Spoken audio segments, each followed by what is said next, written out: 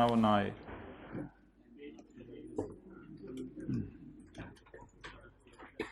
Page 250।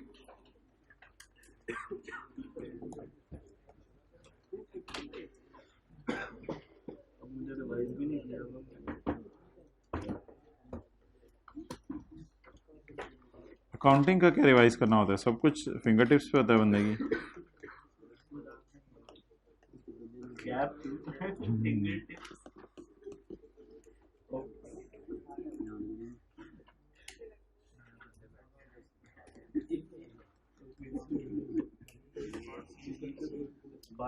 Okay, वो A1 और A2 था पिछला।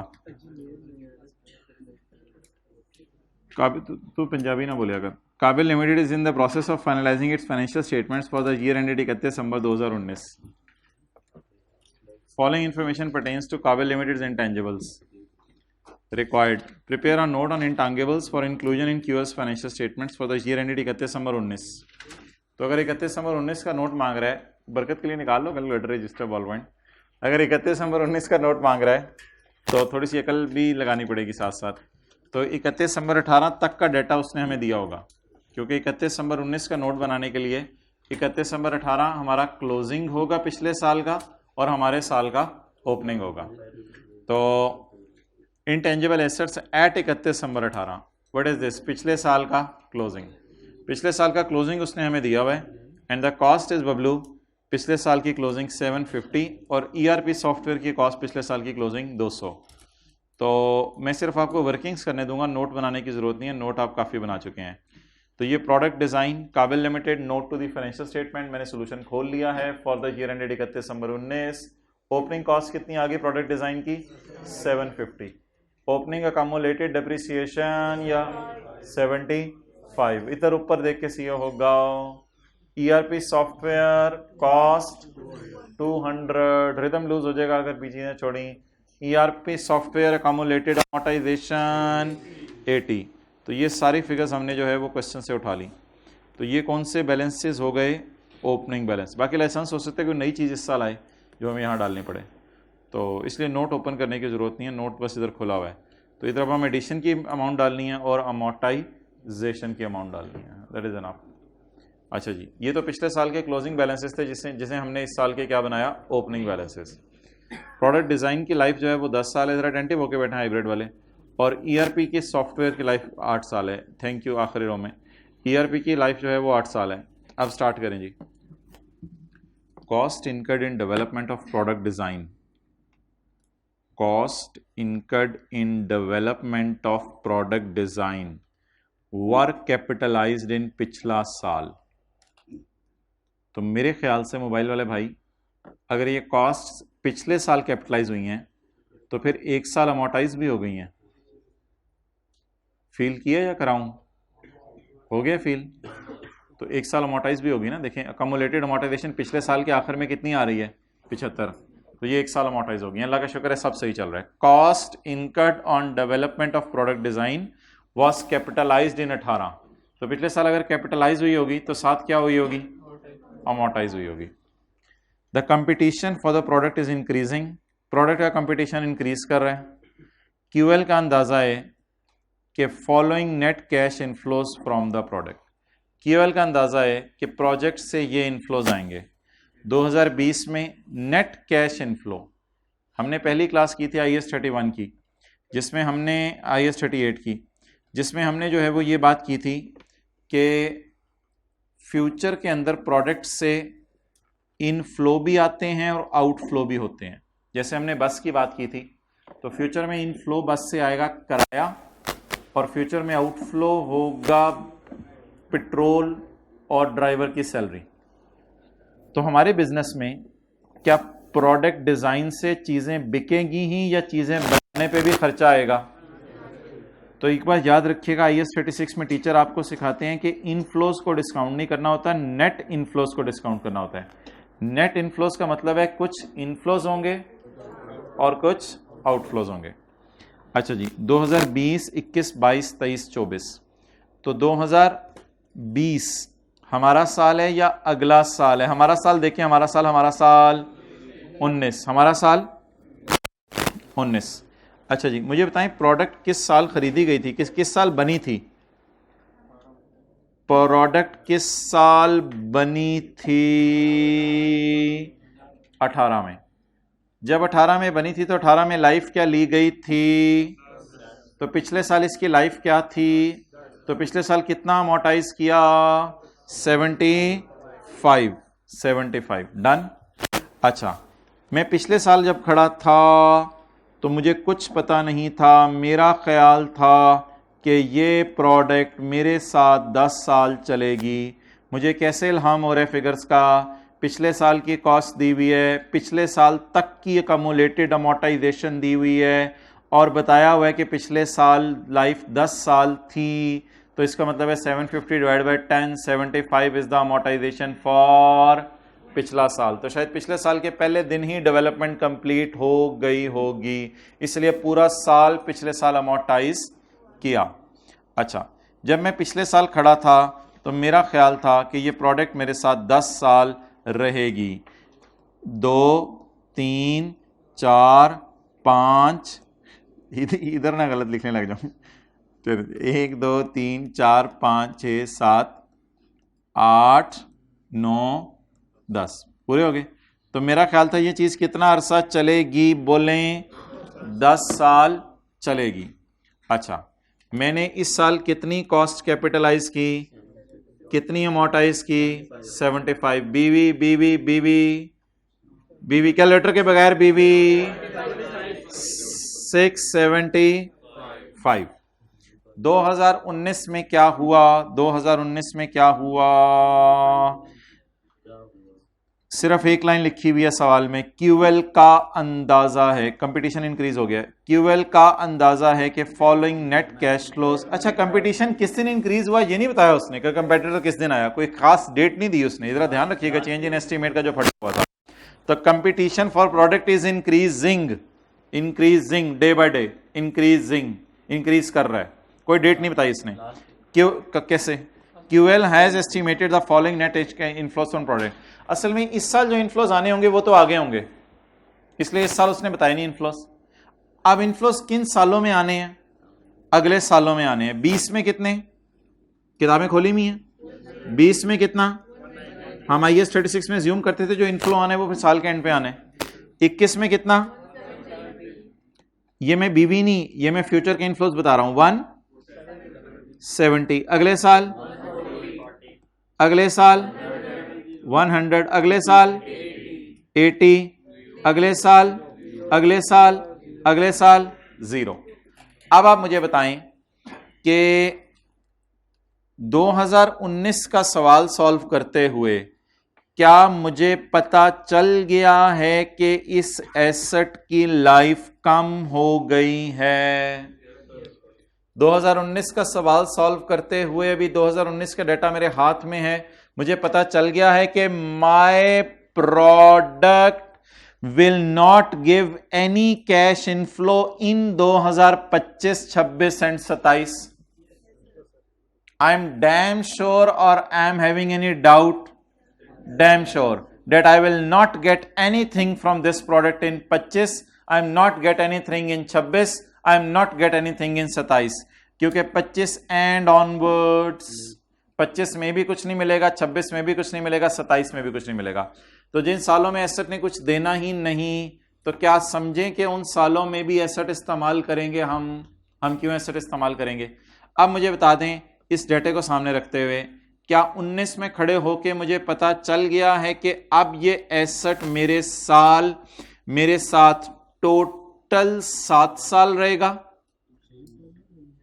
टोटल 7 साल रहेगा, आगे 3 है ना, टोटल 7 साल रहेगा, गिनो 7 हैं, और रिमेनिंग कितने साल रहेगा? 6 साल। टोटल कितने साल रहेगा मेरे साथ? 7 साल। और रिमेनिंग क्या ये 19 में खड़े होके मुझे पता चल गया है? किसी दिन खास पता चला है या बस सवाल में लिखा हुआ है competition is increasing, competition is increasing? किसी दिन खड़े होके खास तौर पे पता नहीं चला। लेकिन एक बात मुझे बताएं, मैंने इसकी इंपेयरमेंट टेस्टिंग जब करनी है तो मैंने वैल्यू इन यूज निकालनी है और फिर value minus cost of sale निकालनी है। अब मुझे चाहिए book value, fair value minus cost to sale और वैल्यू इन यूज। मुझे ये बताएं कि अगर मैं डिस्काउंटिंग करता हूं तो डिस्काउंटिंग याद रखिएगा फिगर्स को जो है वो कहां लाके छोड़ती है। डिस्काउंटिंग जो है इसको मैं 1 साल पीछे बुलाऊंगा, इसको मैं 2 साल मैनुअली पीछे बुलाऊंगा, अमाउंट्स बराबर नहीं है। इसको मैं 3 साल पीछे बुलाऊंगा, इसको 4 साल, इसको 5 साल। तो इन सबको जब मैं पीछे बुलाता हूं तो ऐसी सूरत में 190 इंटू 1 पॉइंट ये बताया हुआ है FAR 1 में कि प्री टैक्स और पोस्ट टैक्स डिस्काउंट रेट होते हैं, प्री टैक्स लेते हैं। ये डिस्कशन CA फाइनल की है। FAR 1 और FAR 2 में तो बच्चे को रट्टा लगवाया जाता है कि एक रेट होता है प्री टैक्स, एक होता है पोस्ट टैक्स। आपने प्री टैक्स रेट लेना होता है डिस्काउंटिंग के लिए। अच्छा जी, 190 इंटू 1.12 रेज़ टू पावर -1। -1 का मतलब है इसे 1 साल पीछे आ जाएगा। अब 170 को कितने साल पीछे बुलाने? 2 साल। वही मजदूरों वाला दर्जी वाला काम, 1 साल 2 साल पीछे बुलाना है। 1.12 raise to power -1 plus 170 into 1.12 raise to power -2 जल्दी जल्दी plus 140 into 1.12 raise to power -3 plus 100 into 1.12 raise to power -4 plus 80 into 1.12 raise to power -5। जवाब जल्दी बताएं। जवाब कैलकुलेटर पकड़ लें हाथों में, कुछ नहीं होता। कैलकुलेटर पकड़ लें। 514। ये क्या निकल आई? ऑन 31 दिसंबर। याद रखिएगा डिस्काउंटिंग चीजों को 1 साल पीछे लाके छोड़ती है। तो 31 दिसंबर 20 की उसने कैश फ्लोज दी है तो हमें 19 पे लाके छोड़ेगी। तो जी ये डिस्काउंटिंग में कह रहा हूँ कि जो कैश फ्लोज हैं वो 2020 से हैं, ठीक है। तो इम्पेयरमेंट तो 31/12/19 पे आनी चाहिए, हमें उस हिसाब से करना चाहिए। हम इसको इम्पेयरमेंट कहते हैं अगर 31/12/19 के ऊपर आनी चाहिए तो हमें फिर इस साल का डेटा भी सवाल में गिवन होना चाहिए। उसको मैं डिस्काउंट करके लाऊंगा तो ये मेरे बिजनेस की वैल्यू इन यूज होगी 31/12/18 की या 1 जनवरी 19 की। 1 जनवरी 19 की वैल्यू इन यूज में जितना मर्जी कोशिश कर लूं निकाल नहीं सकता। वैल्यू यूज होती है अगर मैं यूज करूं। अब मुझे बताएं अगर मैं यूज करूं 20, 21, 22, 23, 24 में तो क्या मैं बता सकता हूं 31/12/19 पे खड़े होके प्रेजेंट वैल्यू की मद में मुझे कितने पैसे मिलेंगे? 514। मैं जितनी मर्जी एफर्ट कर लूं, जितनी मर्जी जान मार लूं, क्या मुझे सवाल में 31/12/19 के नेट कैश इनफ्लोज दिए हुए हैं? नहीं। क्या ये वाली फिगर अवेलेबल है? नहीं। तो भाई कह रहे हैं कि यहां पर इसको लाएं और यहां से आके कंपेयर करें। मैं कह रहा हूं कि बिल्कुल नहीं। जो सवाल आपको डेटा दे रहा है वो सवाल मजबूरन आपको वैल्यू इन यूज यहां लाके छोड़ है। जो मर्जी कर लें सवाल के साथ, this value in use is of 31/12/19। पहली बात मेरी खत्म हो गई। अब बजाय कि मैं वैल्यू इन यूज को जबरदस्ती खींच कर 1 जनवरी 19 पे लाने की कोशिश करूं, मेरे पास 31/12/19 की कैश फ्लोज अवेलेबल नहीं है, मैं ला ही नहीं सकता। तो मैं अपनी बुक वैल्यू को खींच कर इधर ले आता हूं ताकि इस दिन बुक वैल्यू को कंपेयर कर लूं वैल्यू इन यूज से, ताकि मुझे पता चले इंपेयरमेंट कितनी है। तो इंपेयरमेंट टेस्ट करने के लिए जो सवाल ने डाटा दिया है उस डाटे ने हमें मजबूर करके 31/12/19 पे लाके छोड़ा है। इसके अलावा हमारे पास सवाल में कोई चारा नहीं है, कुछ भी करें। तो अगर सवाल 31/12/19 की वैल्यू इन यूज दे तो हमें बुक वैल्यू भी 31/12/19 पे लानी पड़ेगी। हमारे साल खड़े होकर अगर पता चल जाए कि लाइफ बदल गई है तो बेहतर है चेंज इन एस्टीमेट को साल के पहले दिन से इफेक्टिव ले लें। अब मैं बीवी आपको यह नहीं कह रहा कि स्ट्रेट लाइन पे ही रखें और बीवी 75 ले कर लें। 75 का मतलब शायद यह होगा कि 19 में भी आप इतने जाहिल हैं कि आप कह रहे हैं लाइफ 10 साल ही है। हालांकि 19 में खड़े होकर लाइफ को 10 साल कहना मुनासिब नहीं है। तो पहले तो बात है मेरी VIU किस दिन मुझे ले आई। मेरी VIU मुझे यहां पर ले आई है 514 पे। बीवी खड़ी है दूर, बुक वैल्यू है 675 और VIU है 514। 514 को खींच के मैं पीछे नहीं ला सकता क्योंकि मुझे इस दिन की इनफ्लोज अवेलेबल नहीं है जिनको मैं खींच के पीछे ले आऊं। तो मजबूरन मैं फिर बुक वैल्यू VIU सवाल ने बता दिया कि मैं 31/12/19 की दे रहा हूं और नहीं दे रहा, तो मजबूरन मैं फिर BV को भी 31/12/19 पे ले आता हूं। अब सवाल यह है कि जो इस साल की डिप्रेशन चार्ज करनी है, क्या इस 675 को मैं पड़ा रहने दूं और 750 को 75 से डिवाइड करूं कि कोई नहीं यार खैर है इस साल पता चल गया, चल यार राइफ तो 10 साल ही थी ना यार, ये क्या ये मैं ये करूं, या मुझे इस साल खड़े होके पता चल गया है तो क्या मैं ऐसी सूरत के अंदर जो है वो BV को रिमेनिंग लाइफ पर डिवाइड करूं, रिमेनिंग लाइफ पर डिवाइड करें। तो मैं 675 को पकड़ूंगा और 675 को पकड़कर किस पर डिवाइड करूंगा, रिमेनिंग लाइफ पर। यह डिस्कशन हुई थी हमारी क्लास में जिसमें लड़ाई हुई थी आपकी और मेरी। 675 डिवाइड बाय 1 2 3 4 5 6, जवाब 113। चलें ये नोट कर लें। अब बुक वैल्यू में निकालता हूं, फिर उससे कंपेयर करेंगे। बुक वैल्यू बताएं 562 और वैल्यू इन यूज कितना 540।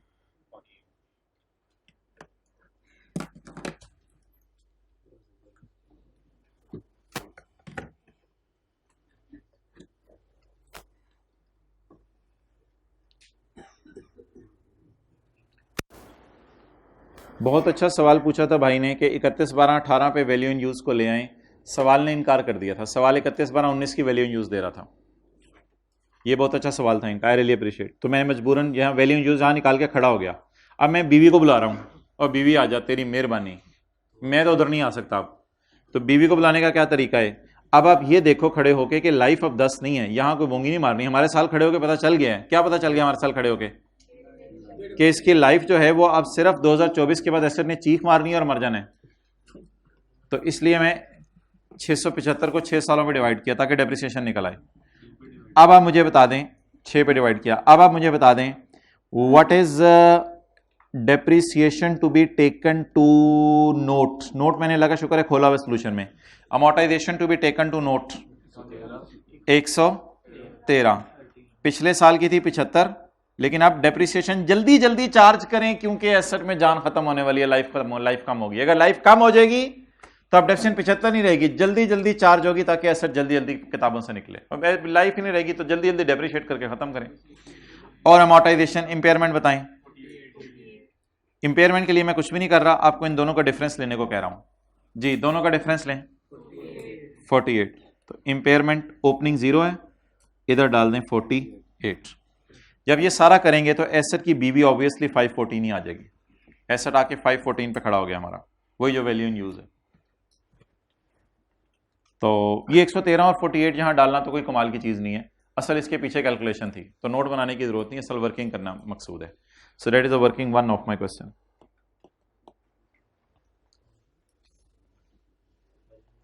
Fair value minus cost to sale available नहीं थी, तो मजबूरी में मैंने गुजारा किस पे चला लिया, वैल्यू इन यूज पे। मैं जो मर्जी कर लूं 31/12/19 से पीछे की वैल्यू इन यूज में निकाल नहीं सकता, सवाल ने डेटा नहीं दिया। और 113 मैंने क्यों लिया है, 6 से इसलिए डिवाइड किया कि मुझे पता चल गया हमारे साल ही कि एसेट में जान खत्म हो गई है। जी आतिफ, बंदे लेने आए हो? अच्छा नेक्स्ट।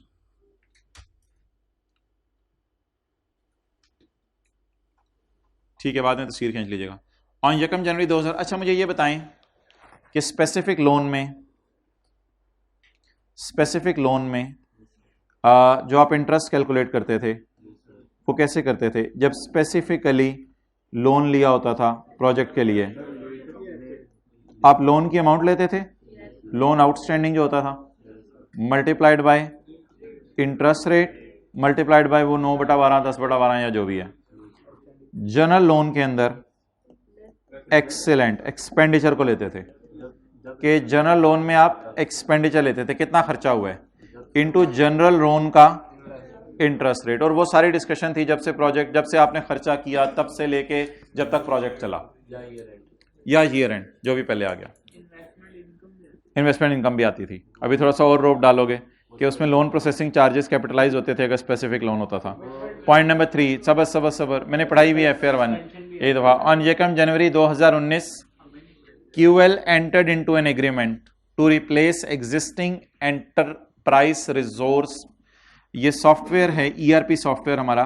तो ऑन यकम January 19 QL entered into agreement या परचेज्ड, entered into agreement to replace existing ERP software. Sir 80 class 2:20 पे शुरू हो जाती है या सेट होते होते 2:25 हो जाते हैं?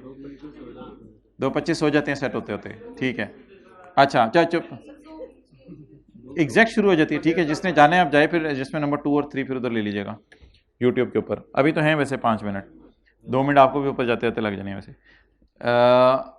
ऑन यकम जनवरी 2019, साल के पहले, ये एडजस्टमेंट पढ़ लें इंशाल्लाह, फिर चले जाएं।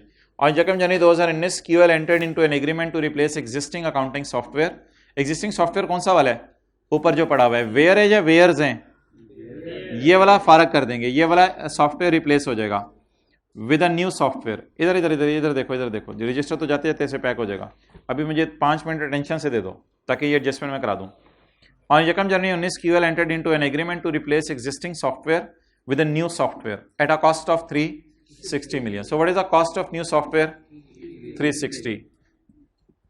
बहुत देर कर दी मेहरबान तुमने आते आते। वर्किंग नंबर 1 जी, कॉस्ट बोलें सॉफ्टवेयर की 360। कॉस्ट नहीं मैं इसको लिखूंगा, कॉस्ट तो अभी मैं निकालूंगा, ये तो इसकी परचेज प्राइस है। Okay, according to the agreement 40% payment was made on signing the contract. यकम जनवरी को 40% पेमेंट यकम जनवरी को हो गई है। 40% पेमेंट, 360 का 40% 144। और वैसे ही आपसे पूछ रहा हूं 360 का 60% 216। ये दो फिगर्स हमने निकाल के रख ली। According to the agreement 40% payment was made on signing of contract, that is यकम January 19, while the remaining amount will be paid on 31 May 19। Remaining payment कब होनी है? 31 मई 19 को। The entire cost of the project was financed through a running finance। running finance क्या होता है? Specific loan नहीं, general loan, from Honehar bank at interest rate of 15% per annum. चुप इधर, the software became operational on यकम November 2019। इसका मतलब है सॉफ्टवेयर ने, उन्होंने हमारे लिए तैयार करते करते काफी हम टाइम लगा दिया, ऑपरेशनल करते करते हमारे लिए लाए, ऑपरेशनल किया, इंस्टॉल करने में, इन सारी चीजों में काफी टाइम लगा दिया। तो सॉफ्टवेयर बिकेम ऑपरेशनल ऑन यकम नवंबर 19। अच्छा खासा, जिसे आप कहते हैं क्वालिफाइंग एसेट, अच्छा खासा टाइम लग गया उसको ऑपरेशनल करते करते। इट बिकेम ऑपरेशनल, ऑर्डर किया हुआ यकम जनवरी का, ऑपरेशनल होते होते यकम नवंबर लग गया।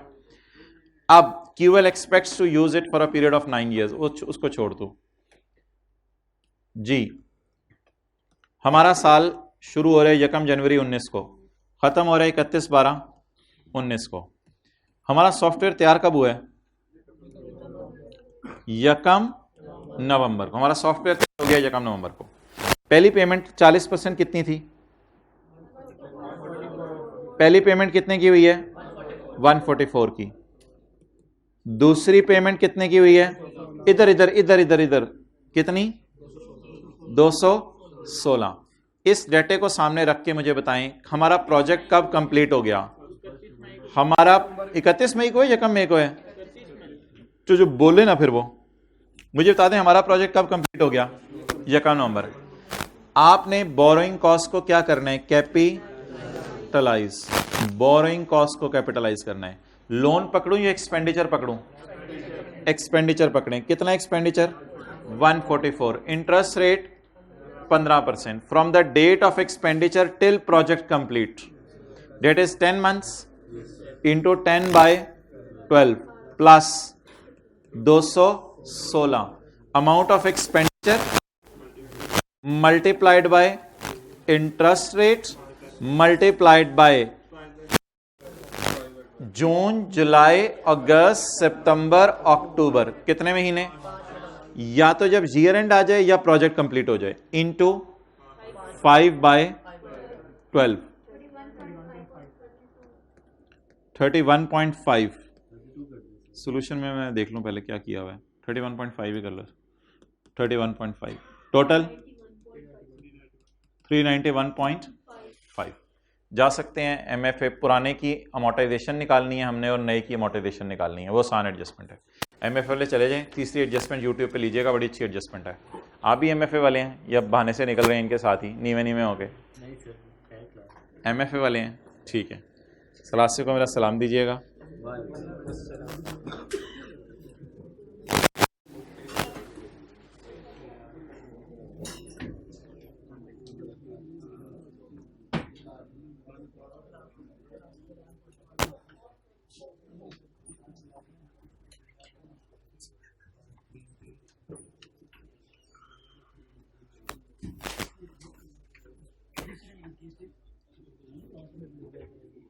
चलें जी,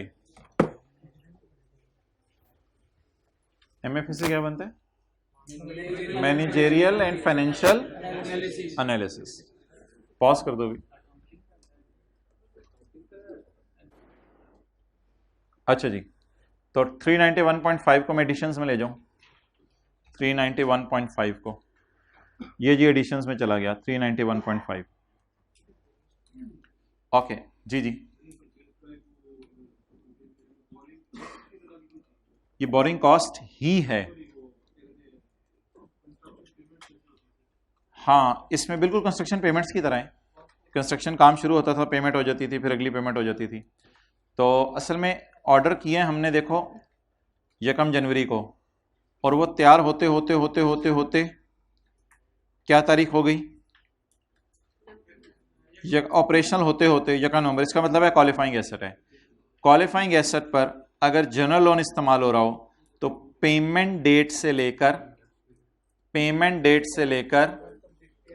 कंप्लीट होने तक या ईयर एंड तक आप लेके जाते हैं, लेकिन ईयर एंड से पहले ही कंप्लीट हो गया तो इसलिए वहां तक हमने बोरिंग कॉस्ट को कैपिटलाइज कर दिया। आप दोनों थोड़े से जरा ना ऐसे सीधे हो जाए जैसे क्लास हो रही है, बाकी समय। अच्छा, अब नए की लाइफ बोले, नए की लाइफ 9 ईयर्स, नए की लाइफ और डेट ऑफ परचेज या date of start of amortization 1 November. तो नए की कॉस्ट बता दें। 391.5 divided by 9 multiplied by 2/12, whatever it may be. ये किसकी अमोर्टाइजेशन होगी? नए वाले की। पुराने की आप अमोर्टाइजेशन निकाल देना, कमाल हो जाए।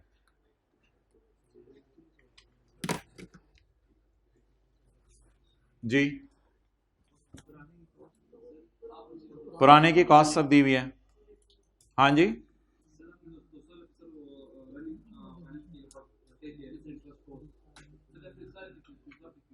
सारे पे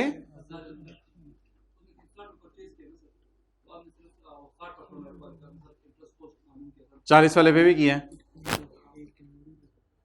आपने देखा नहीं, क्लास के बाद देखना। ये 40 वाले पे भी किया, 40% वाले।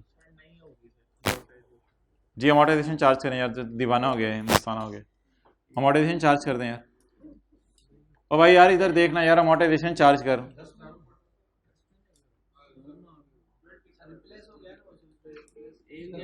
रिप्लेस नहीं हुआ ना, अब उसने लिखा हुआ था entered into an agreement to replace होगा, लेकिन अब वो नीचे बता रहा है कि भाईजान 31/12/20 तक इसकी जान नहीं छोड़नी हमने। यानी पुराना सॉफ्टवेयर भी चलता रहेगा और नया भी चलता रहेगा। द रीजन इसके शायद पुराने के अंदर कोई डाटा हो वो नए में माइग्रेट करना हो, कोई भी वजह है, पुराना कहते हैं हम चलाता रहेंगे।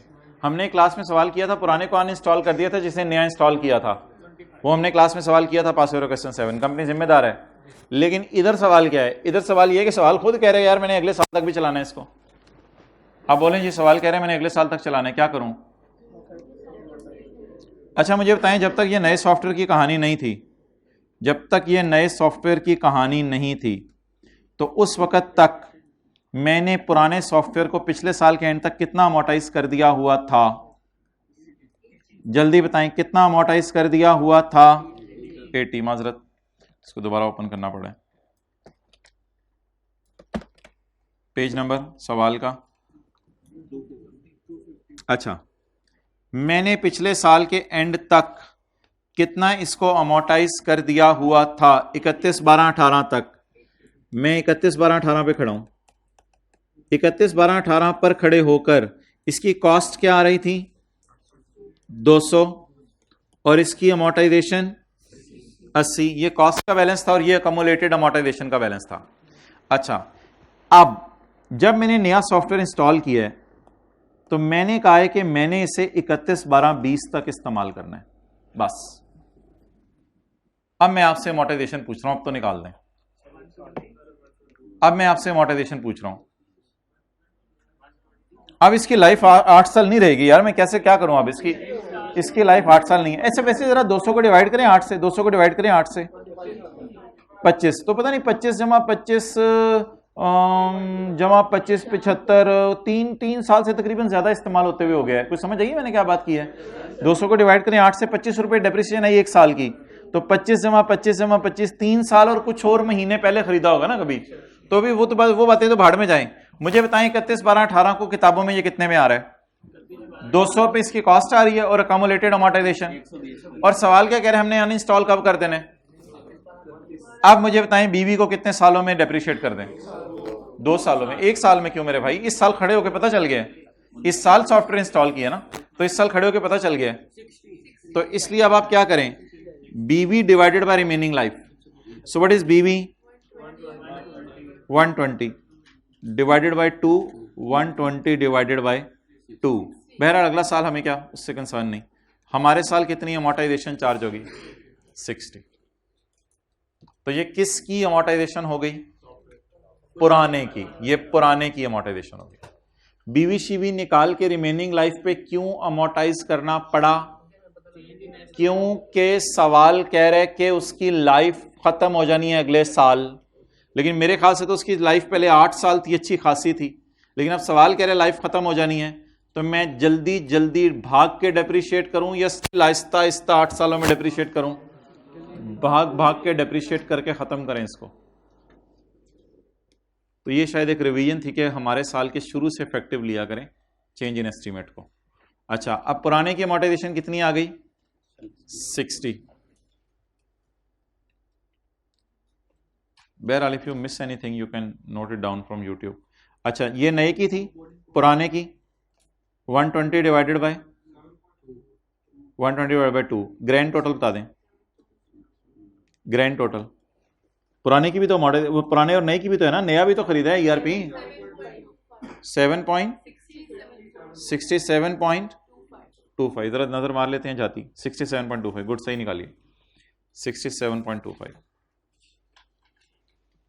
वो हमने 113 निकाली, सोल्यूशन में 112.5 है।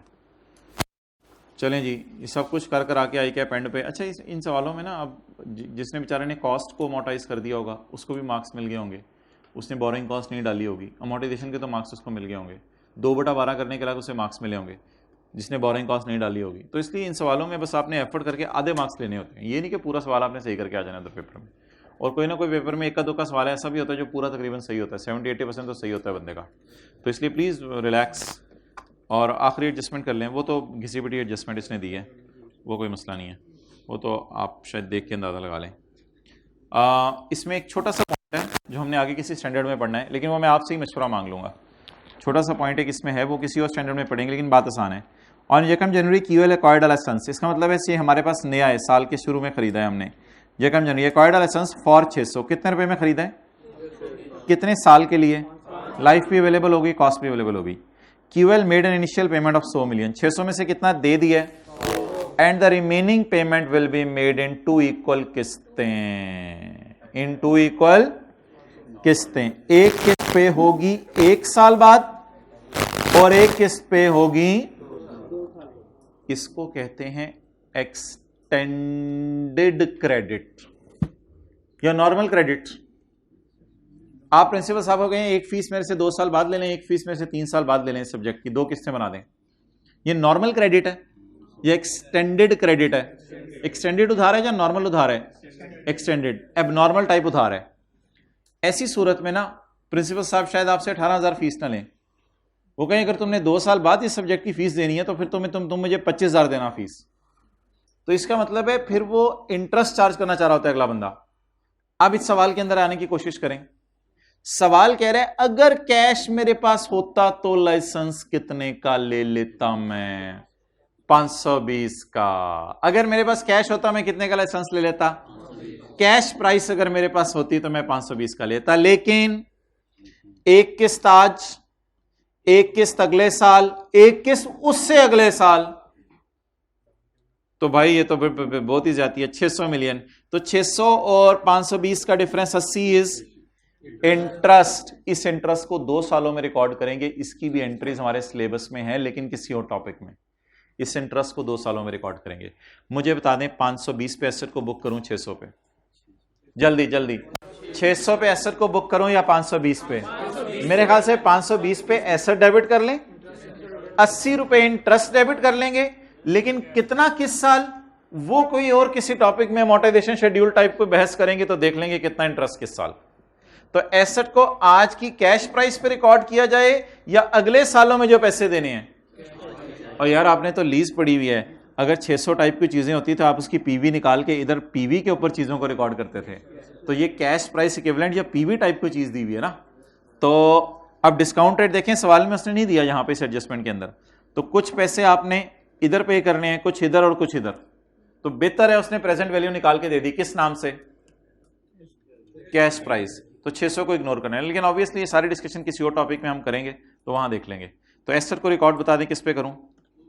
जल्दी जल्दी जल्दी जल्दी जल्दी। एसेट को रिकॉर्ड, आखिरी एसेट है हमारा, किस पे रिकॉर्ड कर दें? 520 पे।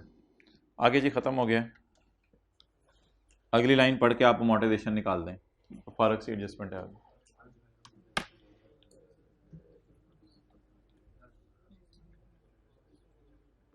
वो लिखिए ना, लीगल लाइफ कितनी है, फिर यूजफुल लाइफ कितनी है, शॉर्टर लेके कर दें, फारक खत्म करें, मैं भी जाऊं। आज चले ना, या मैं आपके घर चलता हूं या आप मेरे घर चलें, ये या फिर नहीं, वैसे पुराना वाला ही कर लेते हैं वैसे। अच्छा QN on expiry of 5 years, जब 5 साल एक्सपायर हो जाएंगे, जब 5 साल क्या हो जाएंगे? एक्सपायर हो जाएंगे। The license is renewable. License क्या होगा? तो अब वो रिन्यूअल वाला भी फटा आ गया, is renewable for a further period of. अच्छा जी, अब मुझे बताएं ओरिजिनल लीगल लाइफ। रिन्यूअल को इसमें डालूं या ना डालूं डिपेंड करेगा कि अगर रिन्यूअल इनसिग्निफिकेंट है तो डाल दूं। The license is renewable for further 5 years at a ना होने के बराबर कॉस्ट ऑफ 15। शायद उसको 15 मिलियन 520 के मुकाबले में ना होने के बराबर लगाओ, ठीक है, उसने खुद ही बता दिया ना होने के बराबर है। आप बता दें अगर रिन्यूअल सस्ती है तो क्या शुरू से ही समझूं लाइफ कितने साल है? 10 साल। लेकिन ये कौन सी लाइफ है? Legal life. आगे चलें। हमारा इरादा है कि लाइसेंस को रिन्यू कराएंगे और 8वें साल के एंड पे इसको बेच देंगे, क्योंकि हमारे किसी काम का नहीं होगा। Useful life. कंपनी की इंटेंशन तो देखनी होती है ना, हमारी इंटेंशन तो देखनी है। क्यूएल इंटेंड्स 8 years, हमारा इरादा है कि बस 8 साल इसको इस्तेमाल करेंगे। Useful life 8 years। Know what is shorter? 10 और 8। अगला फटा रेजिडुअल वैल्यू का। एक्टिव मार्केट अवेलेबल नहीं है, इसलिए क्यूएल ने सिर्फ अंदाजा मारा है, कि रेजिडुअल वैल्यू 8वें साल के एंड पे 80 है। 10वें साल को तो छोड़ो, 10वें साल तक तो हमने जाना ही नहीं। हमारा अंदाजा रेजिडुअल वैल्यू का लेंगे या एक्टिव मार्केट से वैल्यू लगवाएंगे? और अगर एक्टिव मार्केट ना हुई और थर्ड पार्टी ने कमिट कर लिया तो भी ले लेंगे। ना एक्टिव मार्केट है ना थर्ड पार्टी कमिटमेंट है, हम बैठे अंदाजे लगा रहे हैं। रशीद किन्ने दा होएगा? मेरे ख्याल ना लस्सी दा। हाथ दोगी भाई, अंदाजे लगाने से तो नहीं एस्टिमेट, वो तो IAS 16 में अंदाजे लगते हैं। IAS 16 में रेजिडुअल वैल्यू अंदाजे वाली ली जाती है, लेकिन इधर अंदाजे नहीं लगते हैं अनलेस कि एक्टिव मार्केट अवेलेबल हो या आप बता दें लाइफ क्या ले ली 8। दूसरी बात कॉस्ट 520 या 600 डिवाइड करूं रेजिडुअल वैल्यू माइनस करके या डायरेक्ट 520 डिवाइडेड बाय करें? 520 डिवाइड बाय 8 65। चलो बंद।